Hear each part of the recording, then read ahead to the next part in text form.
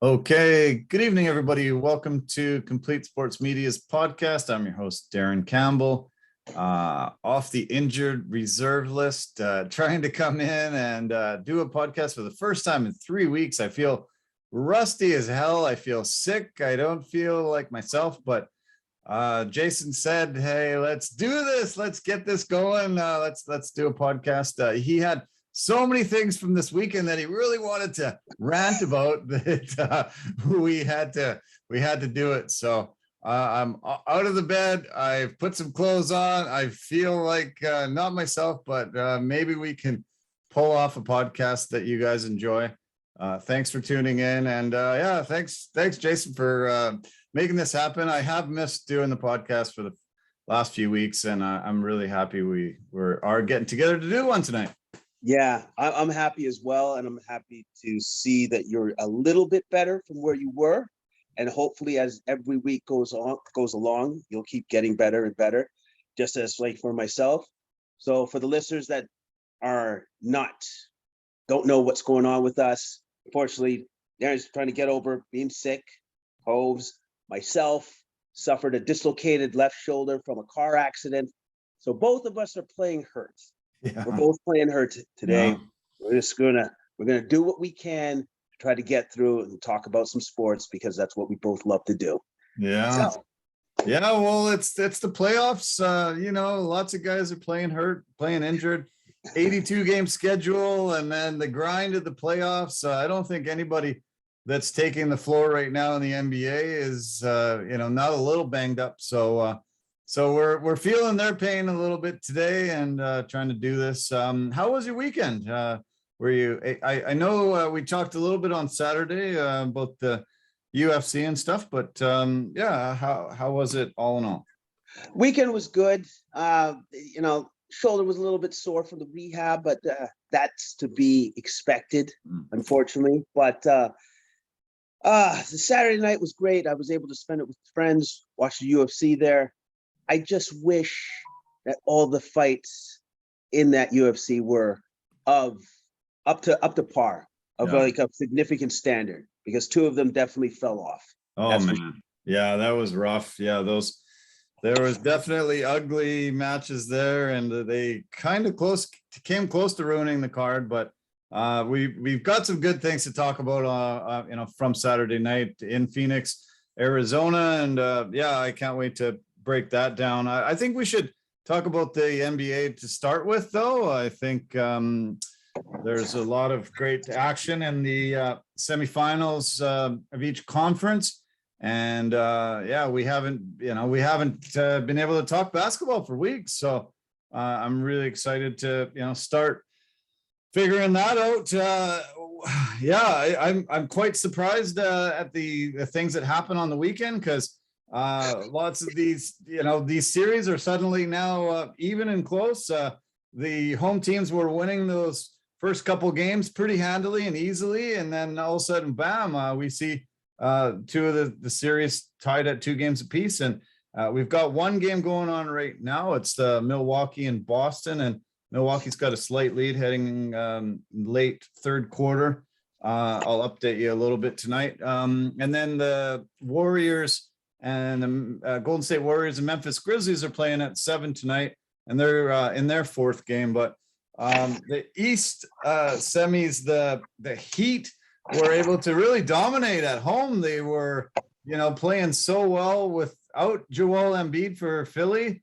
And then once Joel came back, new series, tied up 2 games apiece, looking strong. And I don't know, I think you'd have to sort of start favoring the Sixers now. And then the other series we've got in the West there, the Suns looked very dominant in those first 2 games, and it goes back to Dallas, and Dallas ties the series. I don't think anybody would have predicted that after 4 games that series would be tied at 2. But why don't we break down, which one would you like to break down first? You know what? Let's go with the Heat versus the Sixers. Okay. Because I was very impressed with the Sixers on how they stepped up their defense, but more importantly, I was impressed with a certain player that people have been calling upon Yeah. to step his game up. Yeah. And he finally did. Finally. Yeah. Yeah. James Harden. I know you're talking about him. Yeah, I've got some stats to go, but yeah, just he has been vilified. He's been just the guy that everybody's jumping on, saying he's over the hill, washed up, ready to throw him on the scrap heap, get rid of this guy. Horrible move. Even though Brooklyn didn't even get one game from the guy they traded for, they still said that Brooklyn won the trade and all this crazy stuff. And he goes out and scores 18 points in the fourth quarter yesterday and redeemed himself quite a bit and helped a big contribution to that big victory. Yeah.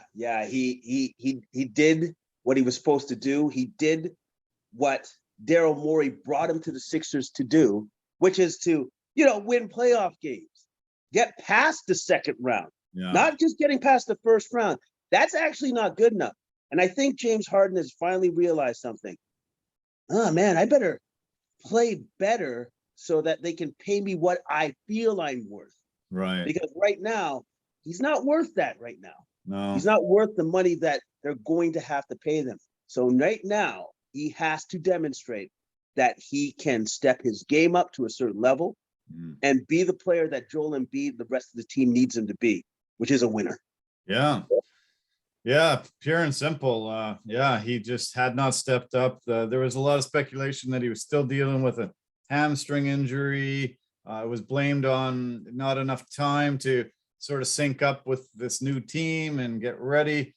Lots of statistics showing that he hadn't scored 25 points in a playoff game in 11 playoff games and only won 30-point game since he arrived in Philly. And he was he was a different player in Houston, obviously, and he was a different player in Brooklyn. When he first went to Brooklyn, a lot of us were like, how is that trio going to work together? And he became a facilitator and became a passer, not a shoot first guy like he was before. Went to Philly and seemed like he was, just giving the ball to Embiid, but everybody was like, hey, we need you, especially when Embiid was down for those first two games. He needed to step up, and he was not really capable of doing it. But what did you see different in his game, yesterday compared to those first couple of games we saw that Miami won? Determination and a tenacity that he knew that his team needed him to step up. They needed him to step up so that they could win. And then also, too, with the fact that Joel Embiid is looking like Hannibal Lecter out there, giving it his all, by the way. Yeah. At least Harden can now see to himself and say, that guy looks like Hannibal Lecter. The least I can do is try my best, give it my all. Yeah. Because this is what this team deserves. This is what the team deserves. Yeah. And then would you look at that? He has a 30.9. Yeah. Yeah, he played awesome. Great to see his shots going down. He look at the comparison for the stats. In the first three games, he was averaging just over 3 points a game, 21% field goal percentage, 0 for 8 from three. And he went to the free throw line 4 times and hit them. But in yesterday's game, 18 points, 5 for 11 from the field, 4 for 7 from three, and perfect from the free throw line, and massive difference.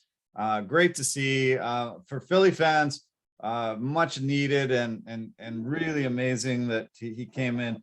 That was his 45th 30-plus point game in his NBA career. He passed Steph Curry who has 44. In active players, he's third on the list. KD has 71 and LeBron has 118. So a while to get to LeBron's numbers, but yeah, Steph's got a chance tonight to get another 30 and tie him again at 45. But do you think this was a one-off, or are we going to see this type of performance into the rest of the series? If the Sixers want to win this series, it better not be a one-off. Yeah. There better be more in the tank from this guy, or else I'm going to be honest, they're not going to win, because the Heat have players that are like literally wild cards. One player in particular that's been playing heck of a lot better lately. And I'm super impressed with the fact that he's been able to be there for his team at this crucial time in the season, which is Victor Oladipo. Yeah. Victor Oladipo is a complete wild card. And that's why I love the Heat, because they got a couple guys that are like that. They can step up at any point in time. It doesn't always have to be Butler or Adebayo. Yeah. It can be Hero. It can be Lowry. It can be even Oladipo. It can be Max Strus. They have a ton of dudes that can step up at any point in time. And that's why the Heat, they're a hard, tough team to play, because they got a bunch of players that are interchangeable, that can come in and can do work against your team. Yeah. On the Miami side, you mentioned Oladipo, but we got to talk about Jimmy Buckets. Yes. Jimmy effing Butler, as he was coined in the bubble when they went all the way to the final. What a game he had. He just was unstoppable. He was hitting from everywhere, driving to the hoop, hitting mid-range shots, 40-point game. He did his all to try to win this game. Yeah, he did everything he could, but unfortunately, he needed just a tiny bit more help to get that win, and unfortunately, he didn't get it. Adebayo had an okay game with 21 points, 7 rebounds, 4 assists, and then, like I said, with Oladipo, 15 points. They just needed another guy to step up, but unfortunately, they didn't have that other guy. Doesn't mean that they won't have that other guy for the other games, but unfortunately for this game, that other guy wasn't there. Yeah. Tyler Hero, he's hit and miss sometimes. He did get the 6th Man of the Year award just last week, and great to see, well deserved. I think he got 96 out of 100 votes, so everybody knew that he was the man. Some nights he just doesn't have that shooter's touch, and it just won't go down for him. Yeah. Some nights are like that. Like, shooters shoot, as they say. And then sometimes shooters miss. And unfortunately, that was his night. But Tyler Hero will not be deterred by a bad shooting night. Yeah. So what do you think we're going to see in the last 3 games of the series? Do you have a prediction? Do you think it's going to go 7? You know what? At first, I didn't think so. I didn't think it was going to go 7, especially if the Sixers managed to lose Game 3, which they didn't. So I think it goes to 6. Okay. I think it goes 6 still. And here's why. I think the Heat are still the better team. Okay. And also, too, I just have this feeling. I know that Joel Embiid has that protective Hannibal Lecter mask over his face. But if that guy takes another shot to the face, that might take him out of the series. True. Even with his protective covering. So a lot of things have to fall right still for the Sixers for them to give themselves a shot to win this series.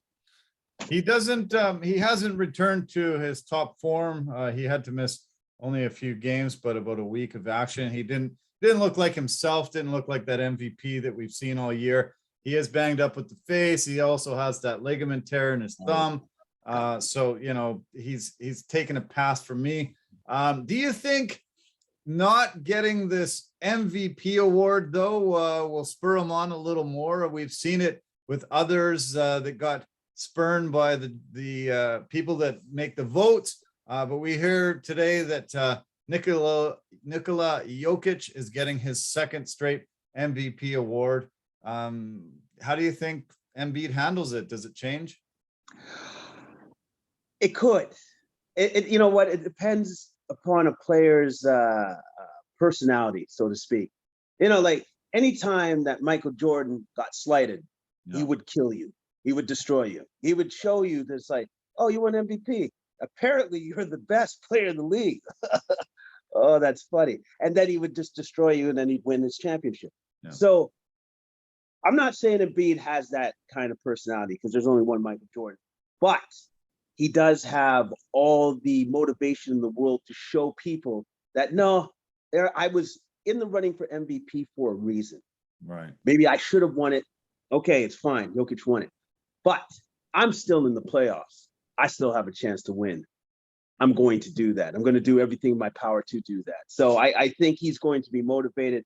But at the same time, it's very odd having this thing over your face that you've never played basketball with before. It affects you. because it's this external thing covering on your face that you're not used to. So Yeah. If you had a vote for the MVP, who would you have given it to? Nikola Jokic, sorry, immediately. Yeah. His offensive and advanced stats numbers were through the roof. We've never seen a player like that. Yeah. Point center that is just dazzling with his passes, that has the softest feathery touch around the rim. He was absolutely amazing this year. Yeah. How about this? I'll put it to you like this. If Jokic is not on the Denver Nuggets team, that's a sub 500 team. Yeah. That's the best indication I could give you for why he won the MVP in the first place. That's a sub 500 team. Yeah. Well, he set historic numbers this year: 2,000 points, 1,000 assists, and 500 rebounds. No player has ever done that in the history of the NBA, 75 years. And yeah, good on him. He becomes the 13th player, I think, to get, 14th player to win 2 MVP titles. And I think it's the 13th that have won it back to back. So pretty amazing for the Serbian. And pretty wild to see that the 3 guys in the running for MVP are all international players: Giannis, Embiid, and Jokic. It's starting to shift the game quite a bit to the big man and the international player. And these 3 guys could be in the running for the next 5 years, really. Oh, they will definitely be in the running for the next 5 years. All of a sudden, the Americans must be thinking, I thought we dominated this sport. What happened? Yeah. What happened? Exactly. And the rest of the world is catching up to their level, clearly. And it's just, you know what? It's great for the game. It's great for the game to see all of these players just doing their best in the league and getting to a certain level that they can be considered the best in said league. So yeah, it's pretty awesome. Very cool. Okay, why don't we shift to the game that's happening to later on? Let's shift to the series. It's our 2-2 in the West. Dallas Mavericks got a 111-101 victory yesterday and tied the series at 2. Obviously, Luka Doncic is a guy that we got to talk a lot about because he's having a spectacular playoffs, one of the best players in the world by far. But he finally got some help. He got some of those other guys to contribute offensively. Dorian Finney-Smith hitting 8 3-pointers to get 24 points was so key. They were really good from downtown yesterday, and they've tied the series up at 2 games apiece. Chris Paul is struggling big time the last 2 games, really surprising. But what do you think the key was for them to turn this around and nod it back up at 2 games apiece? I think one of the keys was like trying to somewhat hide Luka on defense, or at least they're trying their best, or to do switching before he has to switch onto the ball handler, because that's how the Suns were attacking him in the first 2 games, which was just to tire him out. Sure. Which makes sense, right? We're just going to tire you out. You're obviously our offensive wizard on the other end, but once the time gets down to the 4th quarter, you're going to be exhausted. So they're just trying to drain his tank right there, right? Yeah. But so they managed to figure something else out there, and also to the others, his other teammates started to step up. One guy in particular that I am absolutely loving in this playoffs is Jalen Brunson. Awesome. That guy, I'm saying it right now, that's their spark plug for their team. Yeah. That guy plays well. The team is very likely to win the game. Yeah. And in that game, he had 18 points, 4 rebounds, 4 assists. Like they amplify and exemplify each other's strengths so well with that backcourt of Jalen Brunson and Luka Doncic. And even when Doncic goes to take a seat, Jalen Brunson steps in and there's no loss to the offense. The ball is whipped around. It looks like he's been playing fantastic basketball. Yeah, very good basketball. Amazing. Yeah. For such a small guy, he's been able to find a open room. He drives to the hoop. Yeah, a great guard to complement Luka. And I think that Jason Kidd actually outcoached Monty Williams in the past 2 games. Monty Williams was named Coach of the Year this year and fully deserved it. 64 wins for for the Suns, and Phoenix was the dominant team all regular season. But I honestly saw the adjustments that Jason Kidd made in those last two games, and I think he outcoached Monty. Yeah, he clearly has been picking up something since he's gotten to the coaches' ranks, and so yeah, he coached them up well. And the one thing that I'm more impressed by is that his players are listening to him. Well, actually, as they should. He kind of has a lot of credentials behind his back, Hall of Famer and all that sort of stuff. So, but there was, unfortunately, in this particular game, there was something that overshadowed the game itself. There was an incident with a Dallas Maverick fan with Chris Paul's family, apparently pushing and shoving of this fan putting his hands on his wife and his mom. So that can't happen. I don't know what the league's going to do going forward. Maybe putting like families of players in boxes from now on in so that they have no interaction with fans whatsoever. Maybe that's the right thing to do. But as Paul has said, okay, so you're going to fine players for saying something to fans, but fans are allowed to touch our families? No. Yeah. No, I don't think so. I think that's the solution is put them in a cordoned off area. If it's not a private box, if it's down on the floor, it's security guarded, cordoned off area that they can watch the game and watch the team, because we've had too many incidences this year. There's incidences every year, but it seems like this year there's been a few too many.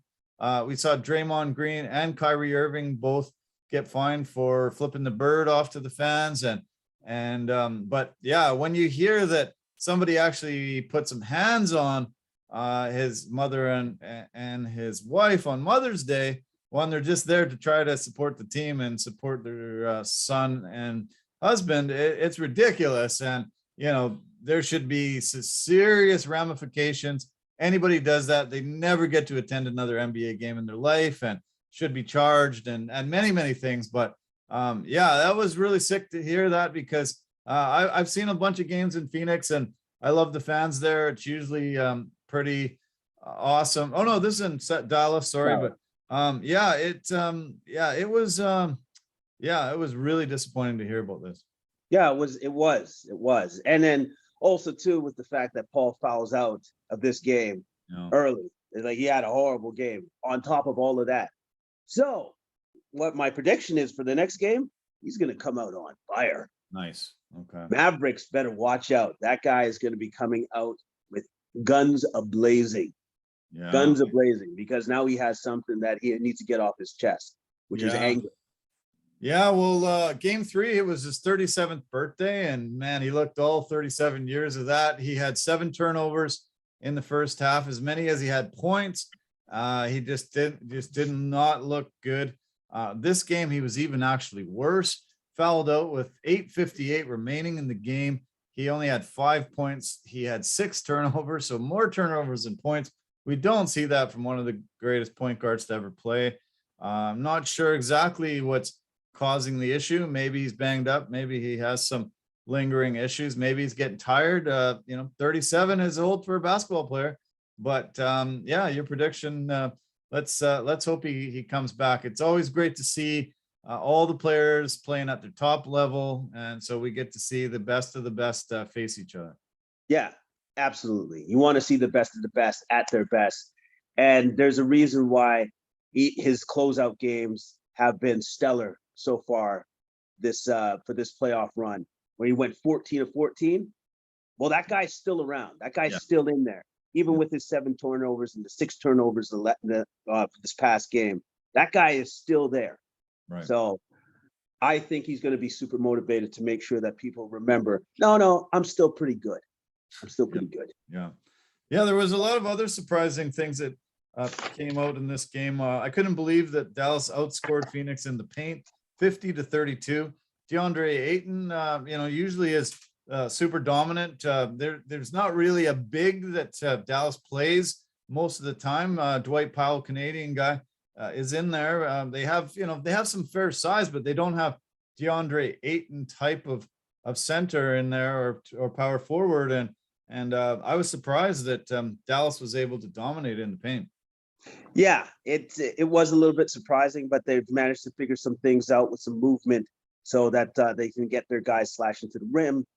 get some easy buckets on the inside. And also, too, they made it tough. They made it tough for Ayton on that particular game. He just didn't have it. It doesn't mean that he won't have it for the next game. I think Luka's out playing Booker. I think Luka's the best player in this series and has really looked the part. That was his 20th playoff game, and he is the third highest scorer in history after 20 playoff games. Wilt Chamberlain is number 2 with 705 points he scored. Michael Jordan, number 1, with 718 points. And Luka now, after 20 playoff games, he's got 655 playoff points. He's averaging over 35 points, 10 rebounds, and 8 assists in the series. And yeah, some of the games that he's been playing, man, he just looks so amazing. Like just the ability to find space and go at the rim, find open looks. Ah, man, he is just such a pleasure to watch. The body control, the fact that has eyes in the back of his head, they're everywhere. The way that he can spread the ball around, find open teammates all the time, is absolutely amazing. It is. The only thing that I would say that Luka needs to work on going forward is just conditioning, because now he knows people will come at him. They will come after him. They will make him switch. They will do this. So his conditioning has to be better so that he still is strong in the fourth quarter. Yeah, definitely. That's what. Yeah. Well, I'm really looking forward to the next 3 games in that series. And yeah, I think you're right. Well, Chris Paul's going to turn this around, and yeah, we're going to see that guy back at this top level for sure. The game is tied 85-85, into the fourth quarter, about I think 9 minutes left. And let's see, Al Horford is leading the way points wise for Boston, 21 points. Tatum's having a great game with 18 points and 13 rebounds.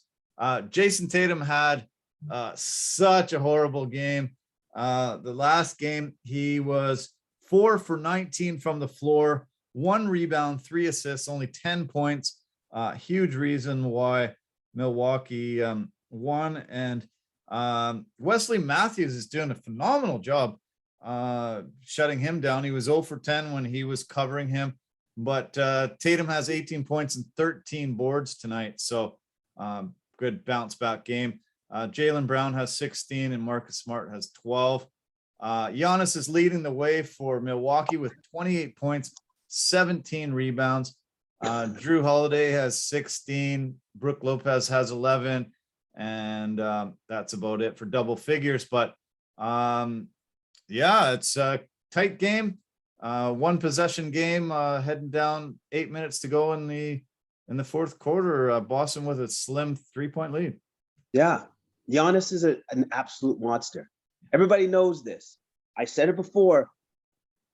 It sucks that Middleton went down with an injury, but thank goodness it wasn't Giannis that went down with that injury. Yeah, else the Bucks would have no chance in this series. Yeah, none. Yeah, and just from like game 3, Giannis, huge game, 42 points, 12 rebounds, 8 assists. He had a massive game. But that's the thing that Giannis is now tapped into. He is now tapped into the fact that I am that good. I'm MVP caliber all the time. And now I know exactly when to pick my spots, when to go for it, when to get my other teammates involved in the offense, when to pick it up on defense when they need a big play. He has tapped into that now. Yeah. And that is making him such a load to deal with for the Celtics on defense. Yeah, amazing. Yeah, he's so good.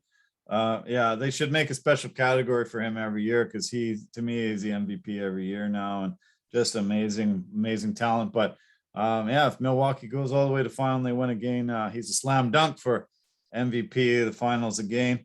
Robert Williams, big loss tonight for the Celtics. He was out with a very swollen and sore knee.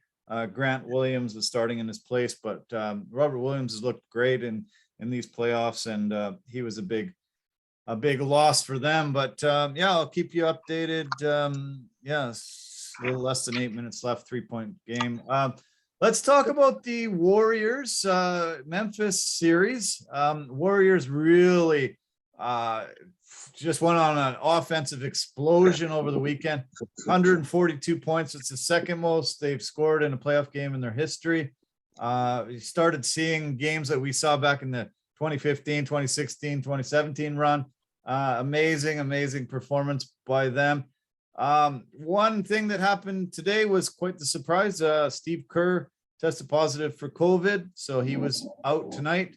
Mike Brown, associate coach, stepped in to fill the reins there, and he was just announced, I think it was yesterday, that he's the head coach now of the Sacramento Kings. So gets an immediate step up and say, okay, show us what you got. And he's having to take the reins. That game's in about 20 minutes from now. So, but what do you think of the Warriors? Finally, everything seemed to go right, and everything they were shooting was going down.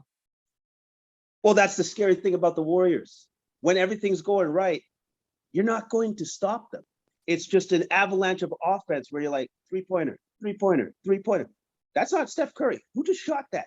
3-point, like, it's just an avalanche. Yeah. And it just doesn't stop. It just won't stop. Like, even Jonathan Kuminga had 18 points. You know what?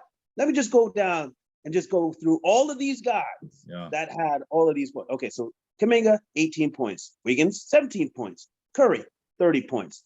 Thompson, 21 points, 8 of 13 from the field. Oh, yeah. Oh, I forgot about a guy. Jordan Poole, 27 points. Like, what are you going to do when you got all guys scoring all those points? There's not much you can do about that. There's nothing. Absolute amazing display, and great to see. I love when the Warriors are on like that. Such fun basketball to watch, and they really look dominant sometimes when that happens. They've won 12 straight series when they've won game one in the series. That's the fourth longest streak in NBA history, and they are 13-9 in game three since 2015. So typically they win game one, win game three, and then usually can close out these series. Huge loss tonight. Sounds like Ja Morant will not play. He picked up a knee injury, and there's been lots of controversy about this. They said that Jordan Poole did it on purpose, pulling at his knee and causing him to have some knee issue. What did you think of the play? I didn't think it was dirty. It just looked like they were all going for the basketball at the same time. But yeah, they seem to be mad because they're missing their superstar. You know what it reminded me of? Same play that I think it was regular season where Marcus Smart was going for a ball against Stephen Curry. Right. Stephen Curry's foot got hurt. You could say kind of like the same idea, same thing. And I think it was just a basketball play, personally. I don't think Poole has ever demonstrated himself to be a dirty player like that. So if I'm going to look at past history, I think it was an unfortunate incident that happened to Ja Morant. Yeah. That's what I was going to say. And also, too, I just wanted to add this. Poole seems to be coming into his own in this playoffs. Like, he seems to be, he's the next guy up, possibly like the next burgeoning superstar. Yeah. I just wanted to go with these stats that he has so far in the playoffs, which is just ridiculous. His percentage, his field goal percentage he's shooting right now, 57%. 3-point percentage, 46%. Wow. And his free throws are 88%. Wow. Awesome. Wow. That's amazing. Yeah, that's really impressive. Yeah. Such a big pickup, and it's tough for teams that go on a run like the Warriors go on, because they draft so much lower than everybody else does. For 5 straight years, they went to the NBA final. They drafted, either last or second last 5 straight years. And to be able to find a guy and get Jordan Poole, it's miraculous. You got to give a lot of credit to the people in the front office for Golden State to, get such a valuable acquisition like this. Oh yeah, of course. Their scouting is exemplary, and all they got to do is just keep it up, because it's like, if we can just keep getting guys like this and we're still doing great in the playoffs, Oh, we this is just it's just a wealth of treasures that just keep coming at us because of the way that they run their front office, because they're able to find gems where there usually is not any. They're able to find them. Yeah, phenomenal. Okay, there was obviously a big incident. There's been a few incidents in this series with Draymond Green early on getting the flagrant 2 and getting kicked out of the game.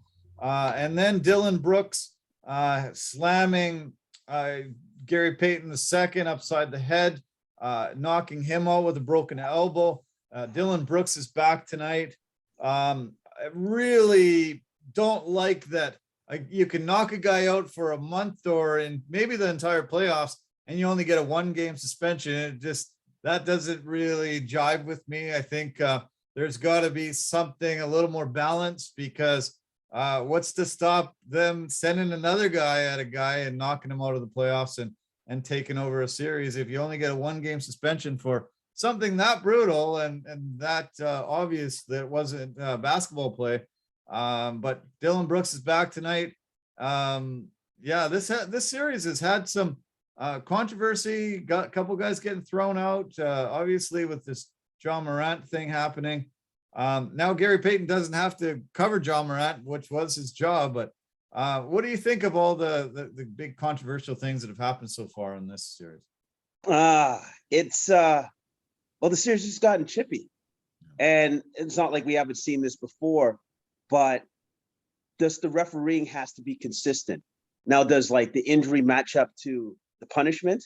No, I can honestly say that.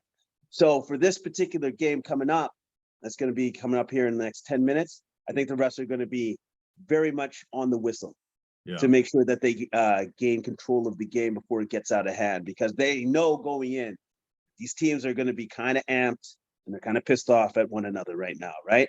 And especially when you saw that play against with Dylan Brooks where he hit Gary Payton II, I knew, I'm like, that's a severe injury. Just the way that he landed, because by trying to brace his fall, and he bounced.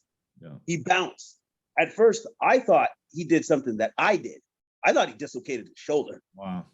Because of like the force that it was. But instead, he broke his elbow, which is still really, really bad. So. Pretty bad. Yeah, very bad. Yeah. So, yeah, it's interesting. I don't think without John Morant, I think Memphis is in big trouble, and I think the Warriors probably take this game tonight, and with a 3-1 lead, even if Ja comes back, I don't see Memphis being able to take the series now. No, I don't either. It's unfortunate, but yeah, I think once the Golden State, if they're able to take a commanding 3-1 lead, I think this series is theirs to take. Yeah. So as I said, 10 minutes to go before the Warriors game. We've got 5 minutes left in the fourth quarter in the Milwaukee Boston game. Boston has a 4-point lead, 98-94 with five minutes left. So keep you updated. Tomorrow's games have the Sixers and Heat. The early game, 4:30 Pacific, 7:30 Eastern, and the late game, 7 o'clock Mavs Suns. So on to some UFC. Man, we had the good, we had the bad, and we had the ugly. We had the good with Charles Oliveira proving he's the best guy in that division by far. A pretty damn impressive win. We had the Michael Chandler kick that was heard around the world. It just blew people's minds. The bad was Charles Oliveira, 1 or half a pound overweight and was not able to carry that belt out of the cage victoriously. That was a pretty bad occurrence. And the ugly, we had Rose Namajunas, who had the worst performance of a champion in the history of the sport against Carla Esparza, where that fight was just horrible. And then we also had a real snoozer with OSP against Shogun. Man, those guys just did not bring it as well. So where would you like to start? The good, the bad, or the ugly? You know what? I want to get the ugly out of the way. Okay. I want to get that out of the way. All right. So co-main event, Rose versus Sparza. The one thing I did know about in this fight is that Rose definitely did not want to go to the ground against Esparza. No. So I understood what the game plan was, which was to use your distance management, pop your shots, get your shots in, but do not go to the ground with that woman. Do not engage with her in clinch work or anything of that nature. I understood that. Sure. I understood Sure. trying to feel it out for the first round where nothing happened. Got it. Yeah. I kind of got it for the second round even. Got it.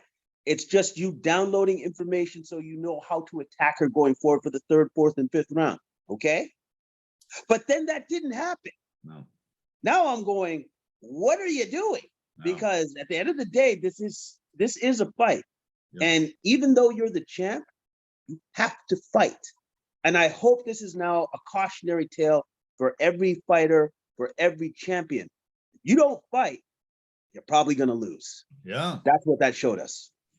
I honestly think that she should be called out for throwing it. Like, when I watched the Amanda Nunes Juliana Pena fight, I said to everybody, she threw that fight. She probably got paid off and she threw that fight. But this was even 10 times worse than that, because like she didn't even throw punches. She wasn't even in there. She did not, whatever the game plan was, somebody is needing to be fired, because that was the worst performance a champion has ever given. And, of course she doesn't want to go to the ground, because 8 years ago when they faced each other, Carla took her to the ground and grinded out the victory. And that's Carla's strength for sure. But still, you gotta, at least try. And she did not even try. It was just so pathetic that I turned away from it and I watched the boxing and I just let it happen. And I thought, all right, I'll watch it later. I watched it later and I still am not happy. Like, that was a waste of 25 minutes of everybody's time. And she actually even stepped up to the podium after the fight and said, I won that fight. What's going on here? Now she watches it today, tomorrow, the next week. Oh my God, she's just gonna have to shake her head and think, what the hell did I do? And what did this entire team do? This was just the worst I've ever seen. And it really left a sour taste in my mouth. Okay. Esparza won the fight off of 3 takedowns, where Rose immediately popped back up anyways. Yeah. And so for me to think to myself, okay, so you're worried about her wrestling, but you proved to yourself that you can pop back up. She cannot keep you on the ground. What are you afraid of then? Yeah. That's actually was my question. What are you afraid of? You've actually demonstrated that you can get out of these wrestling positions when she feels like she's in a dominant position. You got up. Yeah. And then all of a sudden you didn't want to engage. Why? And so now you gave away the belt because Esparza had 3 takedowns in the second, third, fourth round. Yeah. That's the fight. That was it. Yeah. Well, we saw Daniel Cormier and was it we just saw John Anik? Yeah, John Anik just and everybody just saying, like, Joe Rogan and just saying, like, how do you even score this fight? Like, what the hell? I don't even know what I would do, because they landed like 1 or 2 punches here, and there was a takedown that was immediately Rose got back up. So it was shocking, it was frustrating, and it was crazy. I didn't care who won one way or the other going in. I thought it was probably a pretty amazing story for the division and for the women's game that Carla came back and won a belt for the second time. Rose has done that, won the belt twice. And Carla being the first ever to hold that belt. And she set a record for the longest time between title reigns. And it's unbelievable how much difference it is between any other fighter in the UFC history. It took her 2,612 days between holding the belt the first time and holding the belt the second time. Frank Mir is second on that list with 1,234 days. So more than double the longest ever time between title reigns. Randy Couture, 1,052 days. Tim Sylvia, who he took the belt from, 914 days. And Dominic Cruz, who had a lot of serious injury troubles that caused this, 742 days. But 2,612 days between title reigns is amazing. And her being the first champion ever getting this belt, but it's tainted in my opinion. It was basically just thrown at her. She didn't have to do anything to get the belt, nothing at all. So, she's got to win one or two fights for me to even consider her the champion again. Really, like she just got the belt just tossed to her in the cage and didn't have to do anything. Yeah, pretty much. And also too, usually the UFC is really good at doing like, okay, we're going to do an immediate rematch. Guess what? Not this fight. Not a chance. Nobody wants to see that again. Nobody wants to see that again. Not going to happen. So unfortunately for Rose, she's going to have to go back into the lineup, back into the keek, and try to earn her shot again. But she ain't getting another shot for at least 2 to 3 more fights. Oh yeah, easy. It's gonna be a while. No, easy. She blew her chance and really, really disappointed her fans and most of the UFC. You pay big money for these pay-per-views, you get hyped up, it's a co-main event, it's a title fight, more for your legacy, and that's the kind of performance we have to endure. It was horrible, and I'm shocked that she even had an idea that she won that fight, but it would have been brutal for the judges. I'm glad I wasn't a judge that night there for that fight. It was terrible. Another thing that I do want to mention about the good was Daniel Cormier getting the announcement that he made the Hall of Fame. That was probably my favorite moment of the night. Got a lot of respect for DC and just all the things he's done for the sport, that he continues to do for the sport. And his emotional response was really cool. They had kept it a total surprise to him, and all of a sudden made the announcement while he was cage side, and he gets to go in with one of his best friends in the world, former teammate, longtime buddy, Khabib Nurmagomedov. Really cool moment for me. It was my favorite part of the night by far. No, it was awesome. It was awesome to see just his genuine response. I love the fact where he says, "I'm speechless and I love talking." Exactly. I thought that was awesome. I thought that was really cool. Yeah. Classic Cormier. Yeah. He won the heavyweight and light heavyweight belts. He had 11 wins in 14 fights, 6 wins in title fights, 9 UFC main events, all pay-per-views, 23 takedowns. And he won the best MMA fighter for the ESPYs in 2018. Started putting it on the map. Great to see him and his longtime teammate. He said Khabib kind of chirped him a little bit, like, "Hey, I made it in before you did." But they'll be inducted on the same day in June here, as well as the Cub Swanson and Doo-Hoy Choi fight that I got to witness live. So that'll be fun. That induction ceremony in June will be must-watch TV for any of the long-time UFC people. But okay, so you talked about the ugly first. Do you want to talk about the second ugly, or do you want to get to some good first? You know what? Let's just get all the ugly out of the way. Let's just get it all out of the way. All right. So the second ugly of the fight that we had to witness was Shogun Rua and Obin St. Peru. All right. Well, I thought that these old guys, these old veterans of the game, still maybe had something to give. No. But what they demonstrated to me instead was maybe it's time to retire for both of them. Yeah. That's what I saw.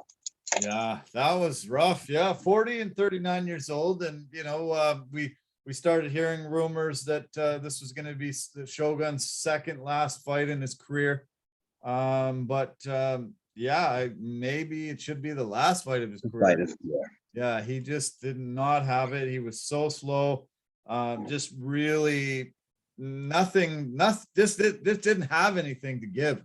And, he's he's been in lots of my favorite fights in mixed martial arts history. The Dan Henderson fight, he's in the Hall of Fame for one of my favorite fights of all time.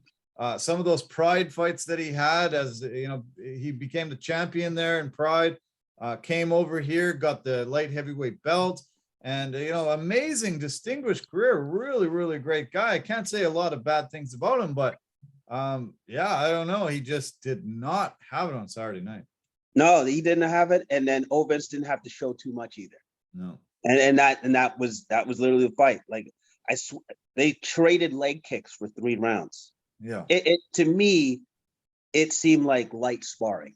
That was Where they're on a main card, but I'm like, oh, they're sparring. Oh, how novel. That's pretty nice. That's pretty cool. Yeah. I'm gonna get up and I'm gonna get some chips. Yeah, exactly. Yeah.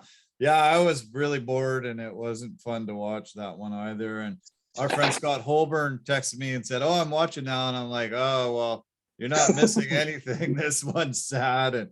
And I think he just tuned in maybe right at the very end of it or something. And good. I got to update everyone with the basketball score.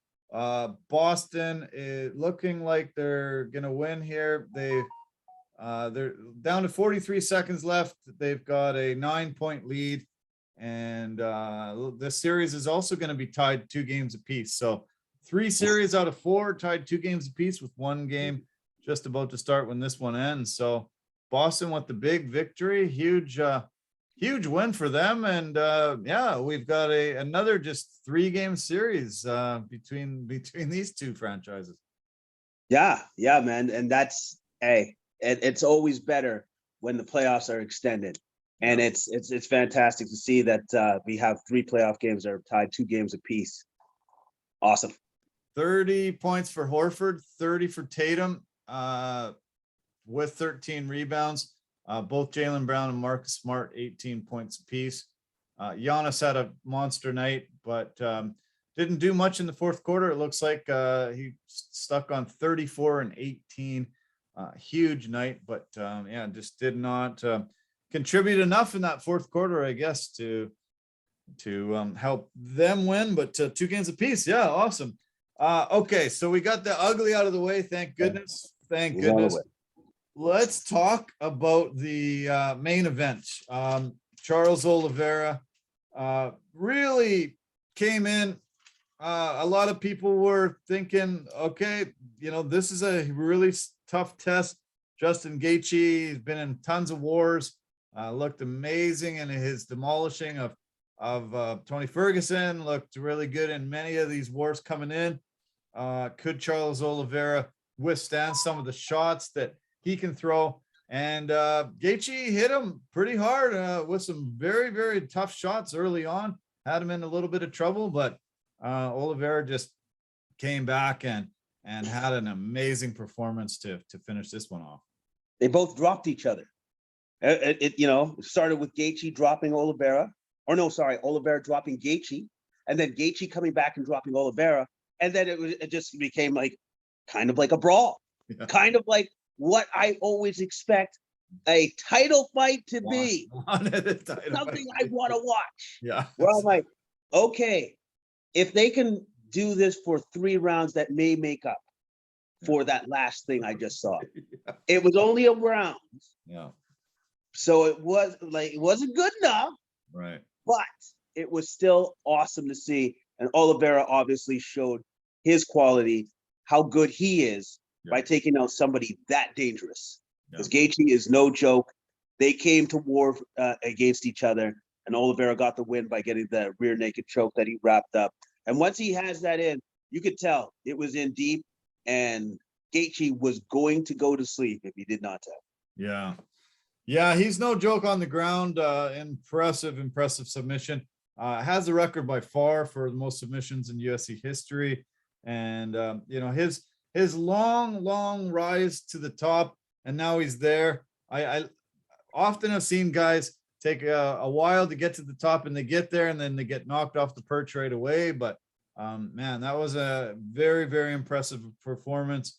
Against a really tough guy in Gaethje, and he forced him to tap. that's a 11 fight win streak for him. And, I don't know how many guys are going to be able to, dethrone him at this moment, at this point in his career. He just seems like he's at a peak that's going to be very, very, very hard to beat. Yeah, because we've seen it now in the last two fights where he can be hurt, but he just comes back with a vengeance. Yeah. Yeah. It's like, oh no, you can hurt me, but you're not going to hurt me long enough that I can't win, because I'm always going to come back. So No. I'm very impressed by that. But the one thing that I guess he's going to have to be very mindful of going forward in the future is making that weight. I know that there was a little bit of controversy with the scale there, but at the end of the day, you have to think that the commission obviously brought in a scale that's going to work, Yeah. because that's the one thing that it's their job. The one thing that they have to do right, just bring in a scale that works. Yeah, well, Dana White made some comments after.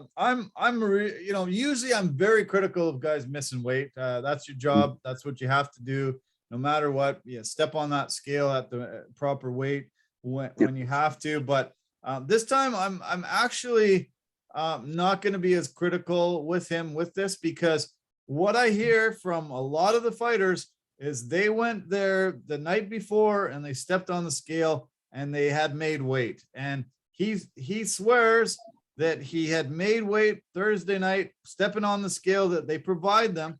He went to his room. He said he did not drink a drop of water, did not consume any food, did not put anything in his body. When he went down in the morning, he was a kilo over. And so he said, I tried my best. I dropped a couple pounds in that hour they gave me. But when, he's coming from Brazil and he doesn't bring his own scale, he has to rely on the accuracy of a scale that they provide. And he goes down there and steps on it and it weighs fine. What more does a guy have to do? That's what you got in your brain. Okay, I've made weight. I don't have to work overnight and keep it off and get back on the scale and make sure. Other fighters had the same thing happen to them. And Dana White said, we're going to obviously have to provide a security guard at the weigh-in spot, as well as somebody that can properly calibrate it so that it's accurate, to the exact degree. Because, I'm kind of thinking that I would sort of think about suing.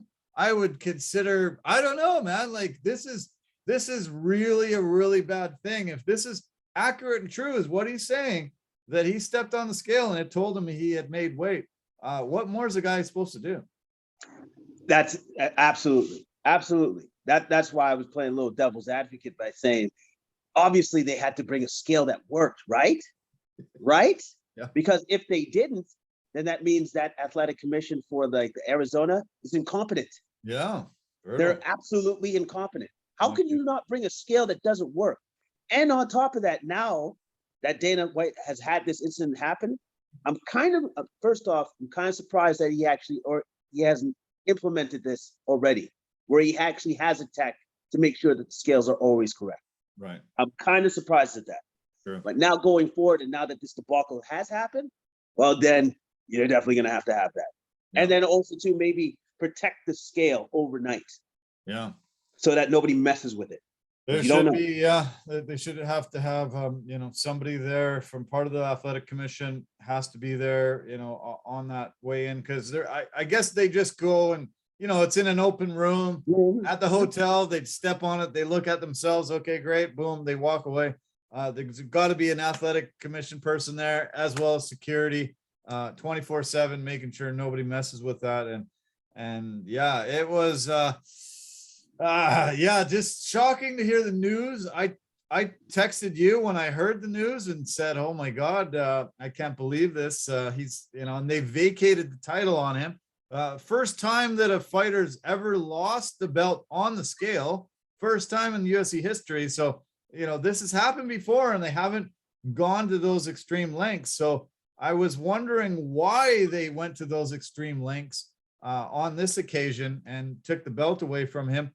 He wasn't as angry as I think I would have been, but he didn't let it distract him enough to, hurt his performance.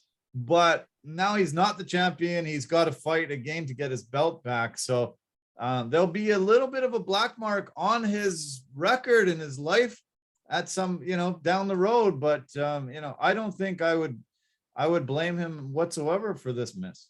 Yeah. And also too, I don't think he's that worried because maybe it's because of where he's at mentally. The extreme confidence that he has in himself, which is, it doesn't matter who it is. It doesn't matter if I even have the belt or not. Nobody's going to beat me at this point in time in my career. I guess so, yeah. So what do you think we see next? Who's he going to fight next? Is it going to be Makhachev? Is it going to be Dariush? Is it going to be somebody else? Is Chandler suddenly, wowed everybody with that big knockout to give him a shot? Who do you think we see next? No, actually, after Chandler did his WWE promo for Conor, it's probably not going to be him. I'm going to say I think the best opponent would be Makhachev. Yeah. I honestly believe that. I think he would be the next guy up. Not easy fight either. Not easy at all. Chandler made a comment in the post-fight conference that he doesn't think Makhachev deserves it because he's only had one fight against a top 10 opponent in that whole division. Everybody else has had multiple and many fights. So he thinks he's overrated a bit, getting the shot over only having one, fight against a really top level competition. Good, fair on him making that comment. But Makhachev has looked super impressive, and we talked about Cormier and Khabib. They have talked about him as being the next champion coming out of AKA. But fair point for Chandler to make that. Yeah, fair point. But here's the thing: I didn't hear him say, maybe I should fight him. I didn't hear him say that. Weird. Wonder why. Maybe it's because that guy's super dangerous, or maybe it's because he's more enthused about getting that money fight with Conor at welterweight, as he was doing, like I said, cutting his promo. So almost everybody calls out Conor these days because he is the biggest draw in the sport still, even though he hasn't been winning for the past few years, and he is injured currently. But everybody wants that big money that Conor can bring, and but I think that fight does make sense for the UFC because I think it would be a lot of pay-per-view buys, and it'd be exciting. Two pit bulls going at each other. And he said, he thinks it would be better at 170 because he doesn't like cutting to that 155. Conor's put on maybe 25 pounds of muscle and looking massive. So maybe that makes sense. 170, those two guys. Yeah, no, even after he did all that, I thought to myself, you know what? That's actually incredibly insightful call out. Yeah, it was actually really smart, especially after having a spectacular win with the way that he did. So I thought, you know what? If I'm Conor, it's something I would actually consider. Yeah. Where does Tony Ferguson go from here? 4 losses in a row, knocked out in spectacular fashion, had to go to the hospital. Probably will never remember that knockout in his lifetime. Tough to see a guy that's been through so many wars. I mentioned Gaethje and him before. I think that fight took a year or two off of his life, and getting knocked out that severely with a kick, that's got to be hard to recover from. Yeah, and that's the first time that's ever happened to him. All right, and also too, before that knockout happened, I thought that was the best he's looked in several fights. Yeah, he looked fantastic. Great movement, accurate strikes. I thought he was on his way, if he could keep it up, to winning that fight. Yeah. And then, that was as sudden a knockout as I've seen in a long time. Yeah. That all of a sudden I'm watching at my friend's house with a bunch of us. Then all of a sudden I just go, ah! What just happened? Like, it was just like that. And it was a perfect front kick. I didn't know that Chandler learned the front kick from Sensei Steven Seagal. I didn't know that. It was perfect. And that's definitely the way that Seagal teaches it.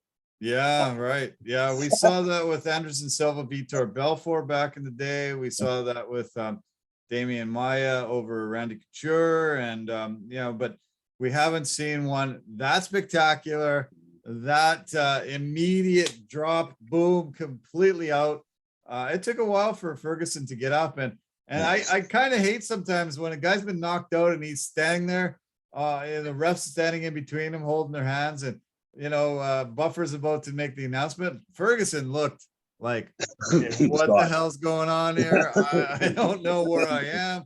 What's going on? He looked like a deer in the headlights, and it wasn't a good look. No, of course not, because he was out for several minutes. No. I to a certain extent, I sometimes think to myself, when a guy doesn't get up immediately, or he's just like out cold for a certain length of time, just get him out and send him to the hospital. There's no reason for him to stand beside the ref to raise the, like, forget it. He knows he's lost. We all know he's lost. Just get him to the hospital, man. Yeah. I thought he should immediately go to the hospital. I don't like when they wait, because that we've seen it in boxing. Luckily we haven't seen it in MMA at this level, but we've seen it in boxing. Guys do die. They're taking severe shot to their brain, and obviously it shut their lights out. He should have not been in the cage any longer. As soon as he woke up, they should have taken him to the hospital. I'm glad he got to the hospital, but they have to, put some policy in place where, knockout like that, immediately to the hospital, just get him in an ambulance, lights and sirens going, and get him there as quick as possible to get the medical team on top of him. If he's got, maybe he's got a brain bleed. You just don't know. Know. Because fighter safety is super important at that level. So to ensure that fighter safety is being provided, when you get knocked out like that, take it to a hospital. Yeah. Well, that was pretty awesome performance. That was one of the good ones. The fight of the night was Brandon Royval and Matt Schnell. Really awesome performance by those guys, and I was happy to see that it got fight of the night. What do you think of that one? Loved it. It was just like, I think the word I want to say for that particular fight was chaotic. It was just awesome. It was up and down. Schnell, for the most part, had the advantage in that fight. Yeah. And then once Royval managed to slip out of that anaconda choke, all of a sudden it turned on its head in a flash. And then he did the one move that we've already seen before, the one-armed guillotine choke. I guess maybe that's a walk-off move now or something. I don't know, but it was fantastic to see. Yeah, it was spectacular and amazing performance. And I loved watching it. Just getting that guillotine, being able to get out of it and then being able to put one on himself. And those flyweights are just so fun to watch, because it's just such fast transitions, and you're just like, holy cow, he's in trouble. No, he's not. Boom. Now he's got the other guy in trouble.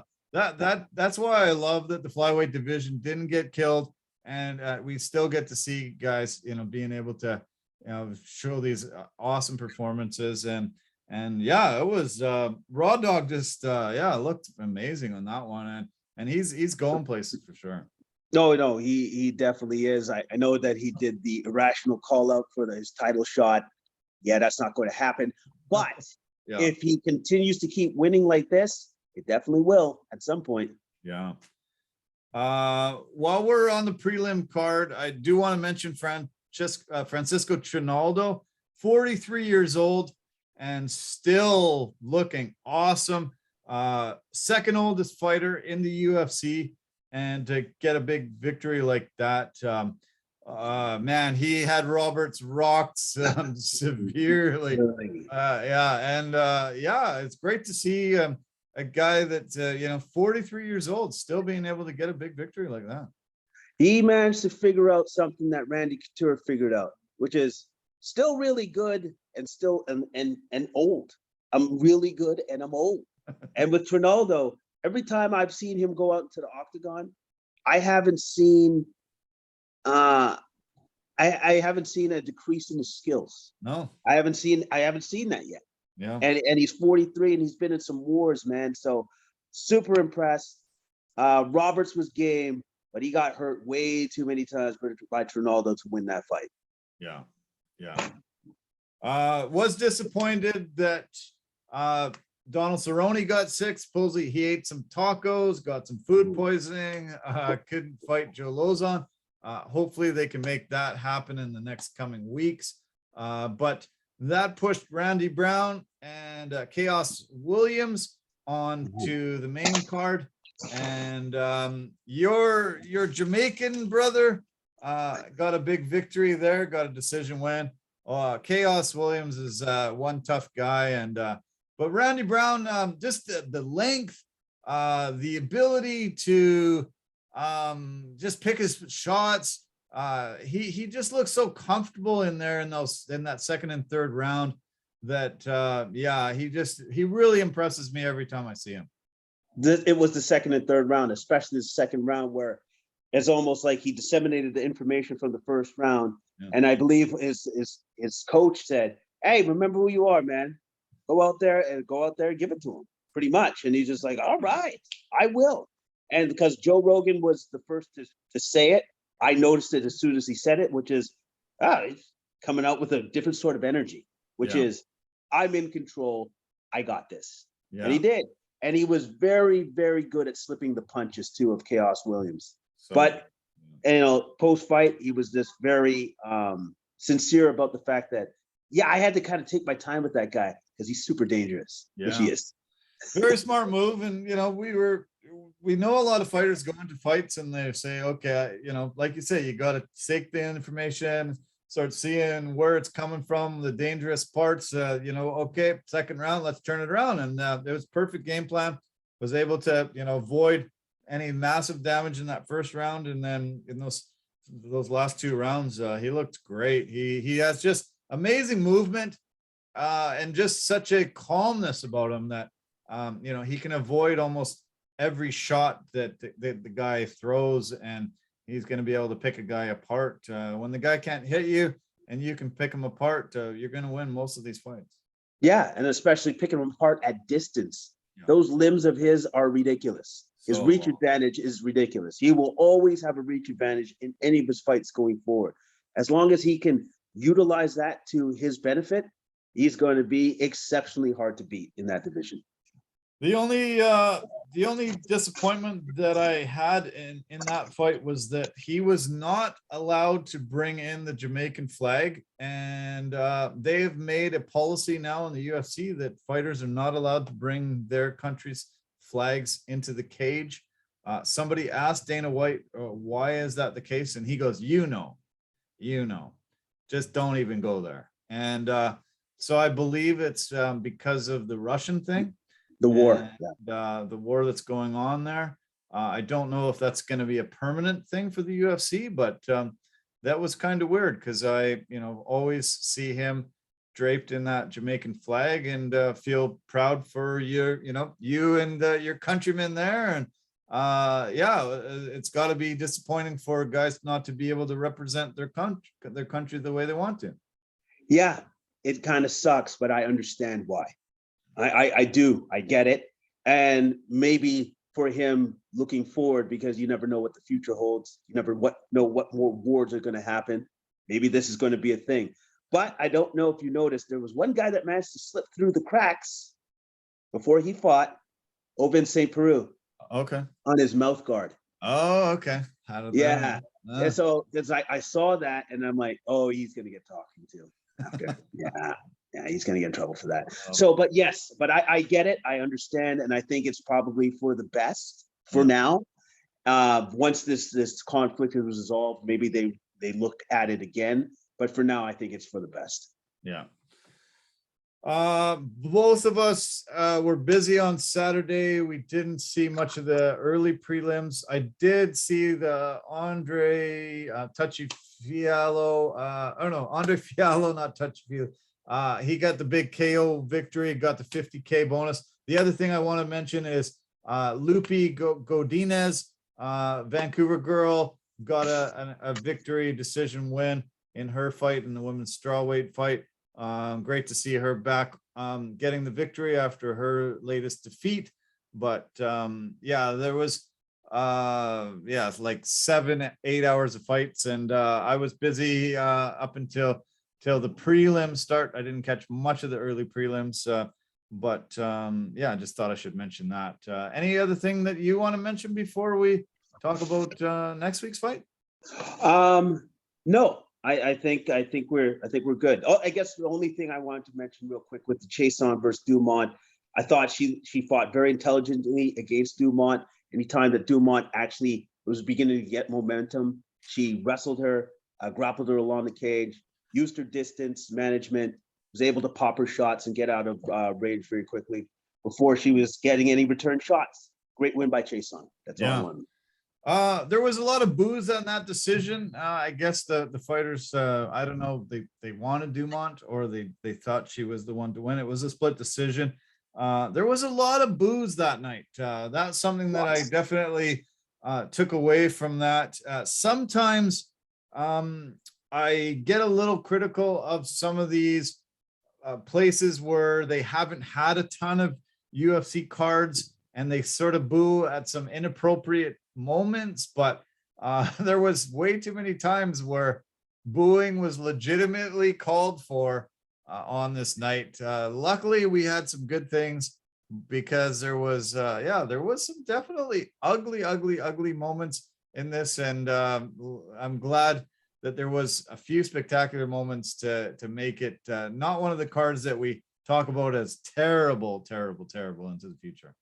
Yeah, it wasn't one of those cards. Luckily, there was some great fights to kind of balance the disgusting fights that we got to see. Yeah.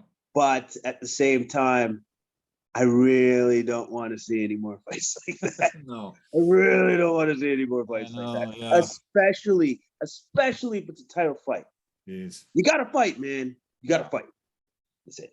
Yeah, that was brutal. Yeah. I feel sorry for Rose because she did not show up.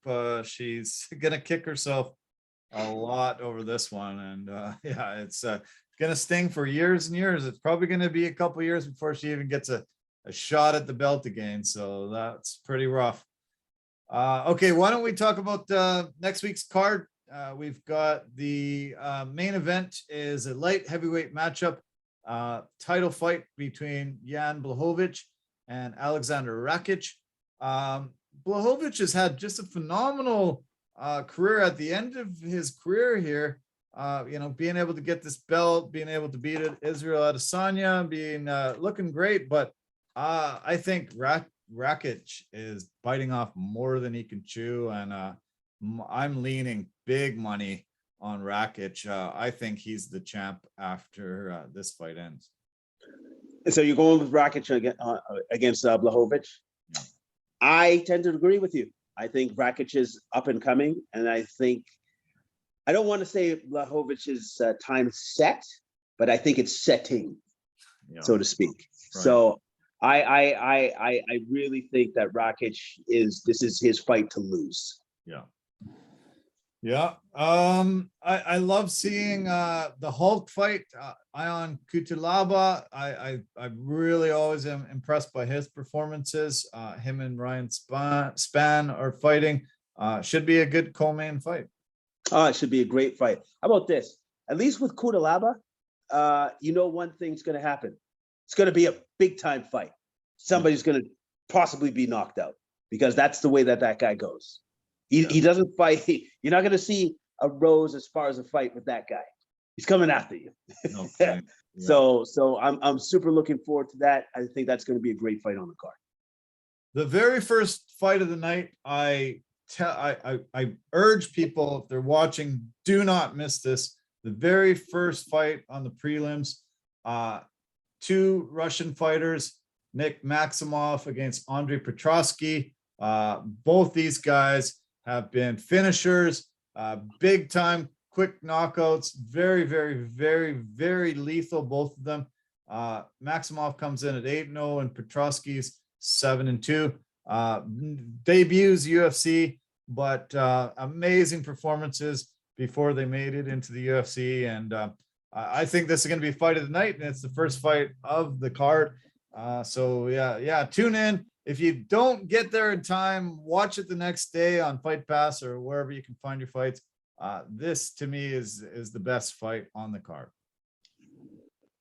Yeah, it's going to be a good one, and hopefully Maximov, if he can win, can stay undefeated. Yeah. So it's going to be a good one. And one of my favorite fighters is on this preliminary card, even though his record doesn't look like it, but he's still, I still like him. I still like watching his fights, which is Michael Johnson. Michael Johnson, yeah. Going against Alan Patrick. Yeah.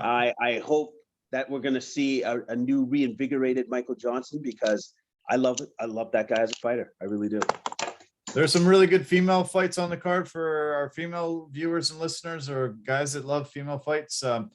Jan Daroba against Angela Thrill Hill, Andrea Lee against Arajau, and Caitlin Chukagian against Amanda Hebus. Two really, really tough girls in that flyweight division. Yeah, great female fights on the card too. Yeah, this is going to be a ton of good fights. I can't wait to see them next weekend, or this weekend coming up. Yeah. Okay. We got to finish with the upset heard around the world in the world of boxing.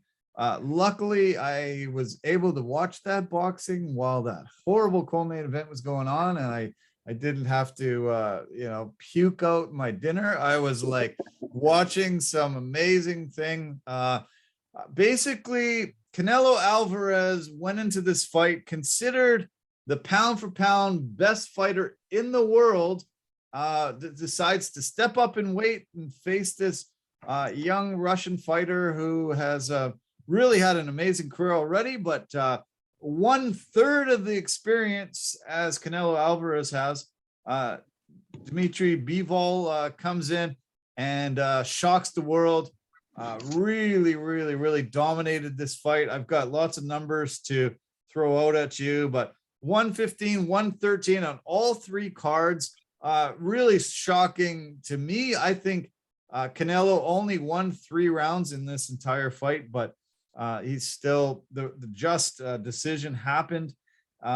He just definitely bit off a little more than he could chew. He's definitely pound for pound the best fighter at 168, but 175.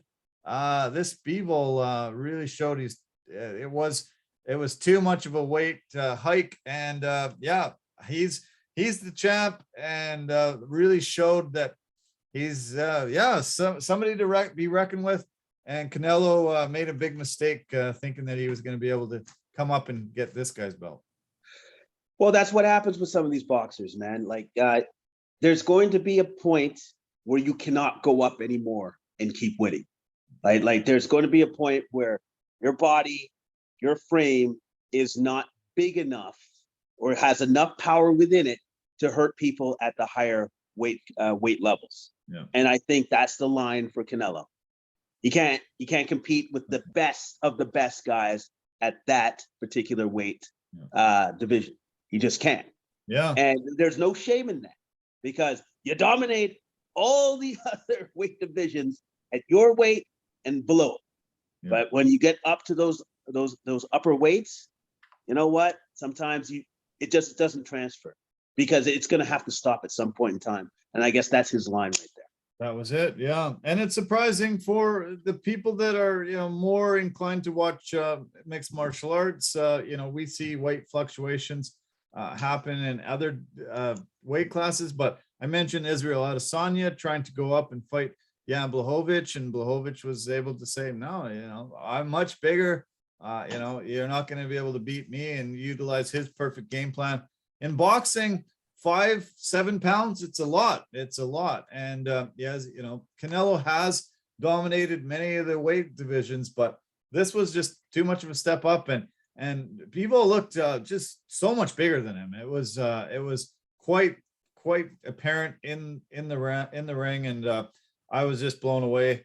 Let me throw some of these stats out to you in case anybody hasn't heard them or seen them.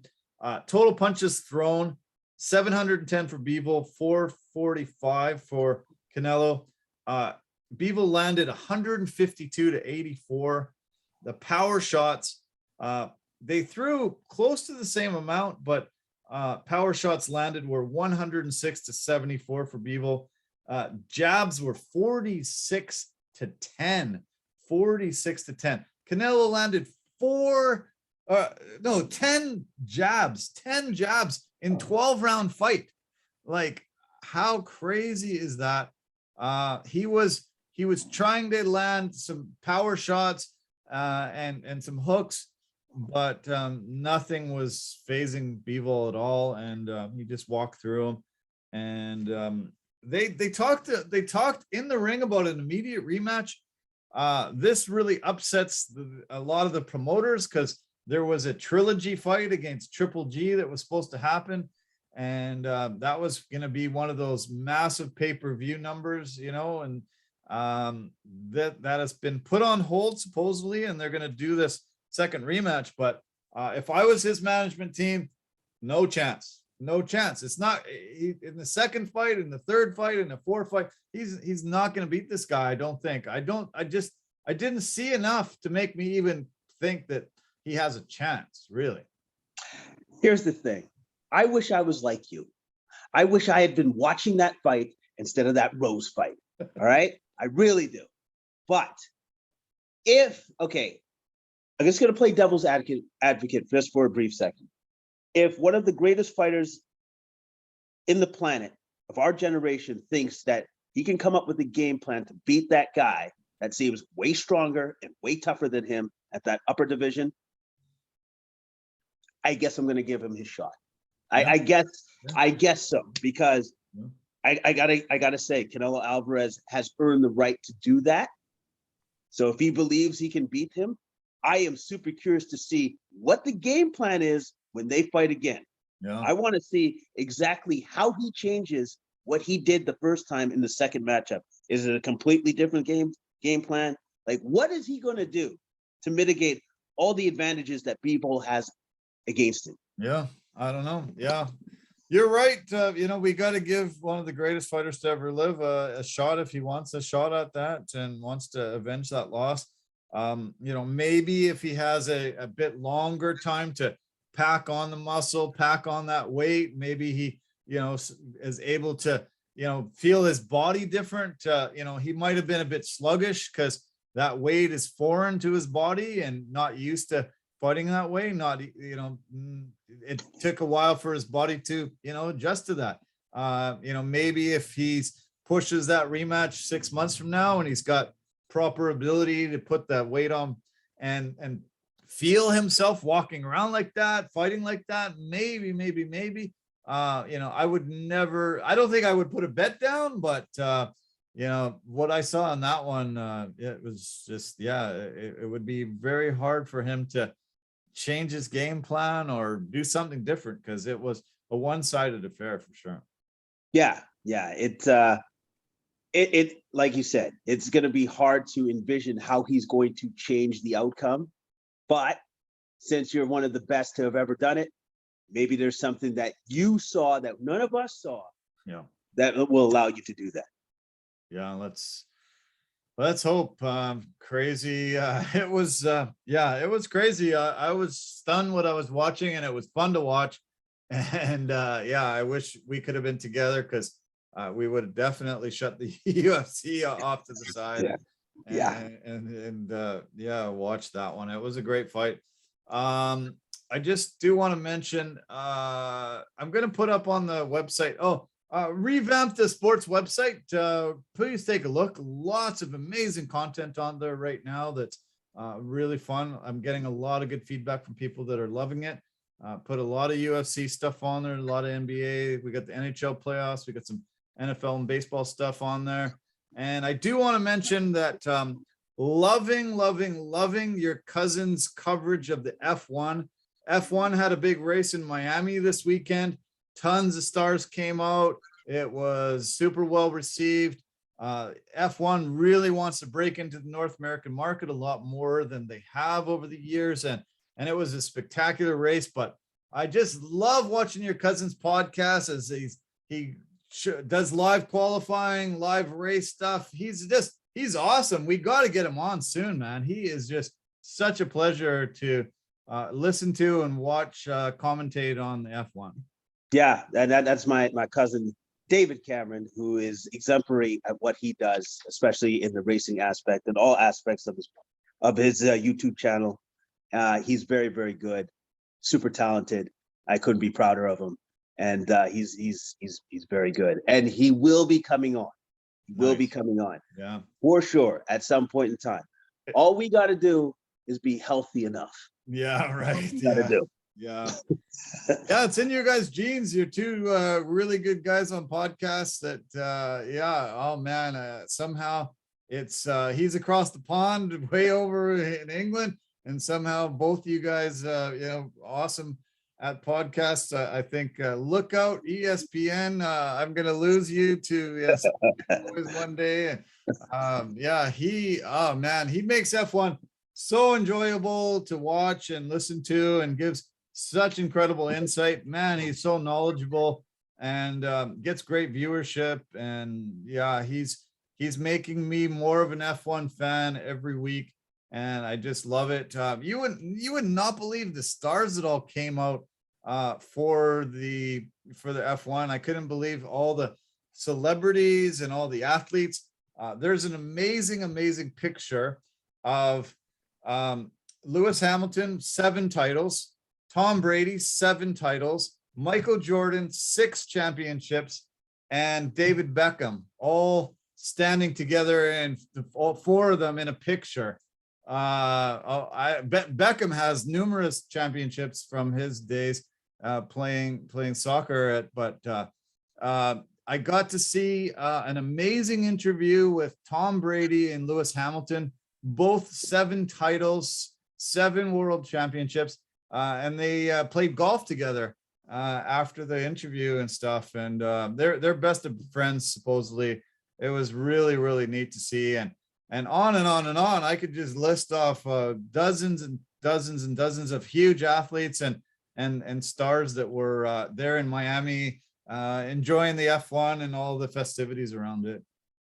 Oh, yeah. Well, that's fantastic. That's probably the first time that all of those athletes have ever been together at the same time. And all you're seeing right there is like, you want to learn from the best, you want to know how to win. There it is right there. There it is right there. Yeah. One of the Sky Sports announcers, he was looking for people in the crowd as they're getting ready to start the cars. Everybody's on the track walking around, and he says, "Hey, I see Patrick Mahomes." And he starts going, hey Patrick, I'm so-and-so from Sky Sports. I should know his name, but he's calling, and finally he taps him on the back, and the guy turns around, and it's not Patrick Mahomes, and he goes, "Oh, hey, how's it going? Are you enjoying yourself?" And the guy goes, yeah, first time watching the F1 here live.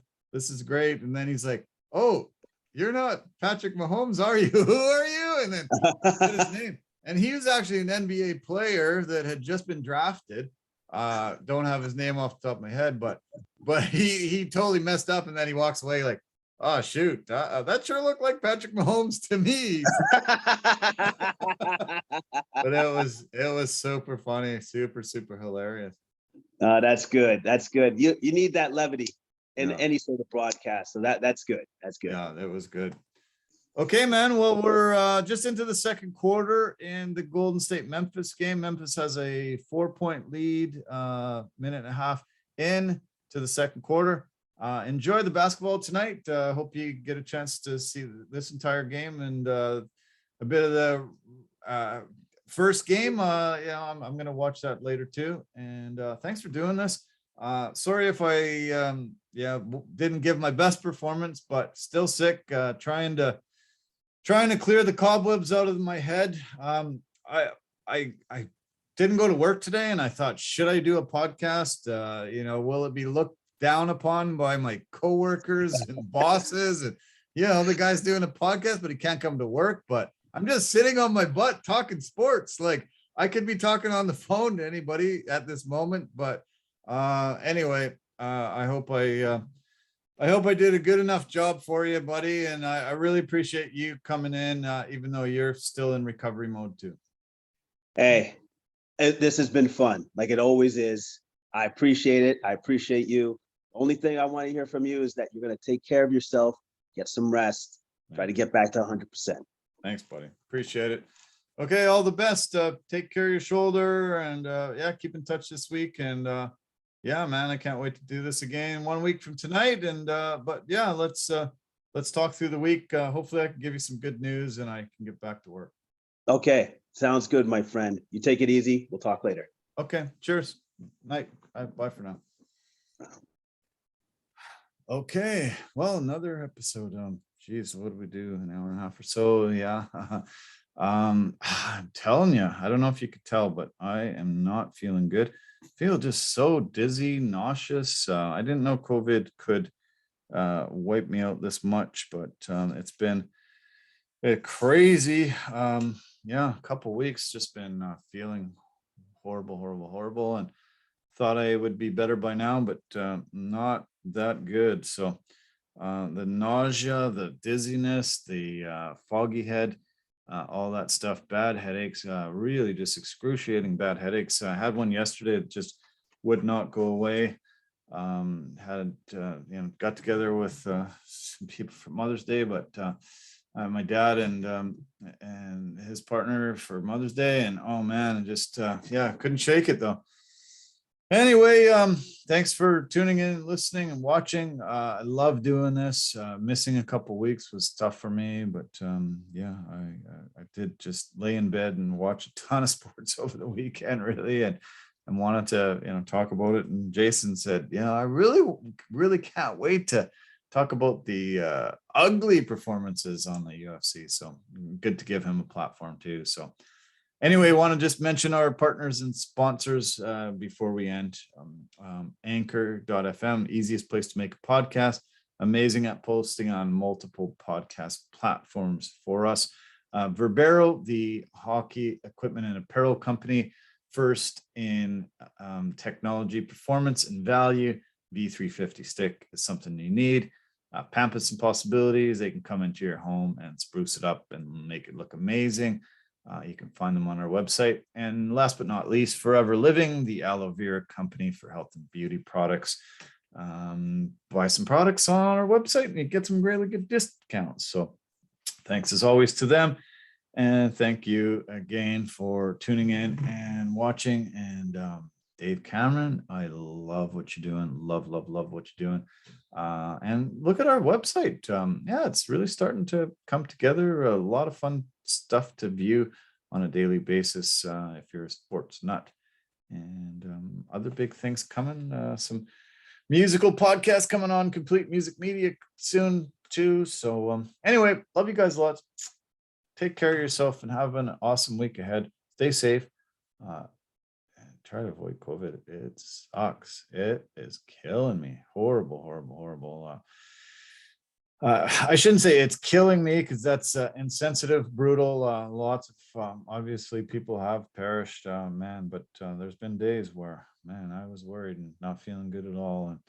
And yeah, hopefully the worst is way behind me and I can get back to normal and feeling great. Anyway, and if any of my colleagues or bosses are watching, believe me, I could not go to work today.